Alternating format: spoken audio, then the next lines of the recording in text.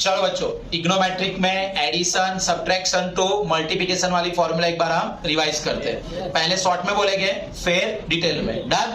चलो, s plus S 2sc, s minus S 2cs, c plus c 2cc, c minus c minus 2ss, sine alpha. Detail में sine alpha plus sine beta 2 sin alpha plus beta by 2 into cos alpha minus beta by 2. Sine alpha minus sign beta 2 cos alpha plus beta by 2 into sin alpha minus beta by 2.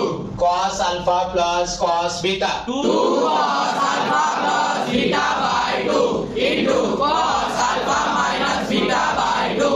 Cos alpha minus cos beta Minus 2 sin alpha plus beta by 2 into sin alpha minus beta by 2. Very good, very good.